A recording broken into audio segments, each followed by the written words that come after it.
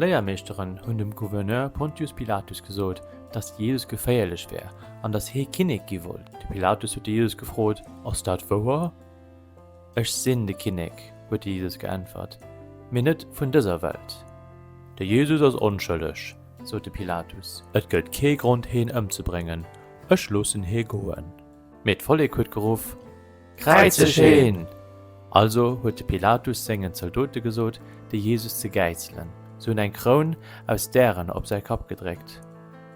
Dann hu sie en hölzen Kreiz op seg Schëller gelecht an heen den Hivel opgefauert. An op dem Hivel hun dreimecht Soldoten, de Jesus und Kreiz geneelt, durch seng Hänn a seng Face. Dann hu se d Kreiz opgeriecht, de Jesus hung do zwischen zwee Verbrecher. Em Mëttestonn ass den Himmel deichter ginn.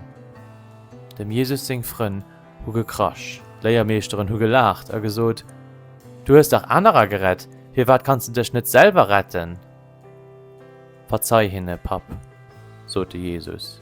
Wo du in der Zeit war fir ze stierwen, huete Jesus seng Anzug gemach a sot: „Et ass fertig.“ Hin hat dat, fir wat de kom war, zum Enn bruecht, an dat als senger enormer Leift. Vun de Jünger vum Jesus, mam Numm Josef, huet dem Jesus sei Kierper an en neit Graf gelecht, an e grosse Stee fir dro gerollt. E langen, trauresche Freiden war riwer.